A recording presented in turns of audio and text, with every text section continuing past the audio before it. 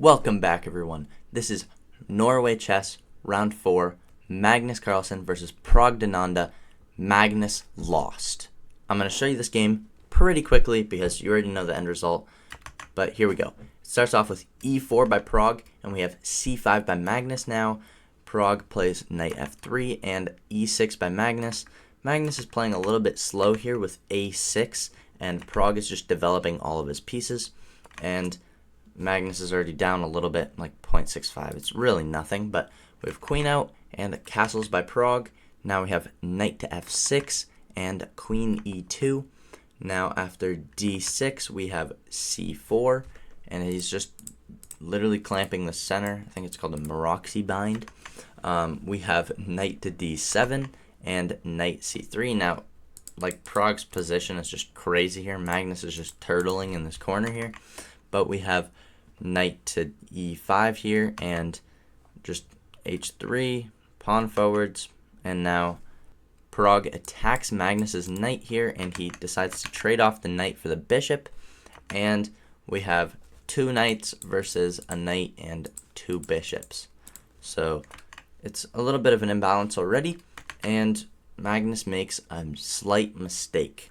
Instead of that, he should have played e5, threatening this and getting away from the attack of Prog, but he just decides to defend instead and say, what do you really have?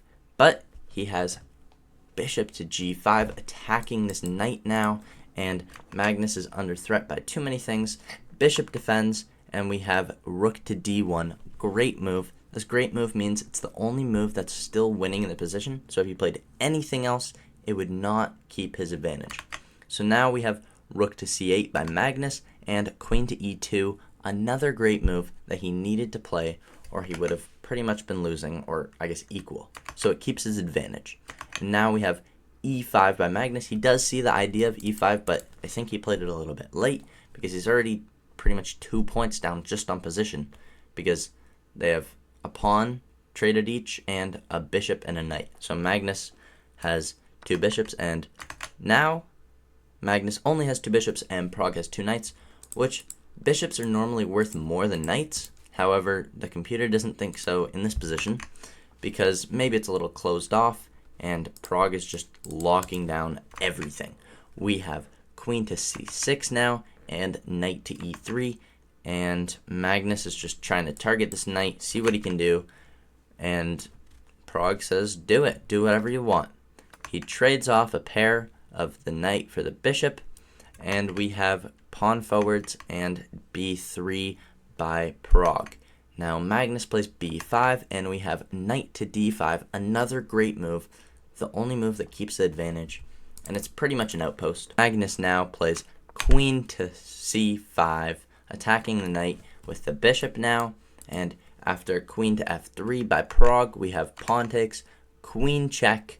Now it looks really scary for Magnus. He just decides to move his king over because he's literally a genius. But I don't know. I'd be scared if I were him. Now we have a rook lift by Prog. He's going to try to move his rook over, maybe see if he can get some mate on this side of the board. But we have bishop takes the knight, rook takes back, attacking the queen now, and attacking his pawn if he leaves it undefended. But it's Magnus. He's not leaving it undefended. He defends the pawn with the queen, and now we have pawn takes, and rook to b3. Another great move, the only move that keeps the advantage. And now rook to b4 by Magnus, trying to interpose there. Just, I don't even know what it does, but we have rook back, just defending his rook. And now rook takes, and after queen c7, Magnus is pretty much fully lost, 4.24, and Magnus is even up a pawn right now. So even being up the material, there's really nothing he can do.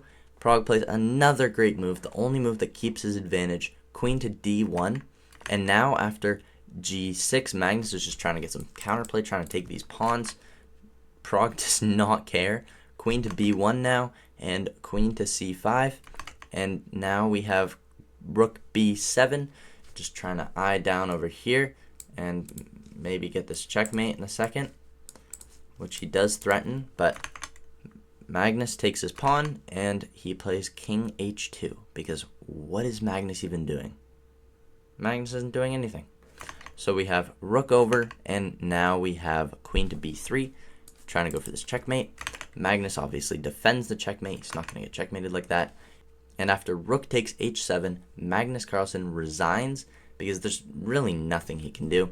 He's trying to get checkmated here. His best move in this position is rook takes g2, the computer says.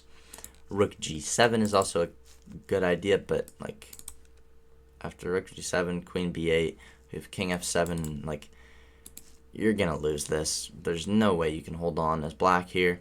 Thanks for watching. Please like, comment, subscribe, and I'll see you in the next video. Thank you.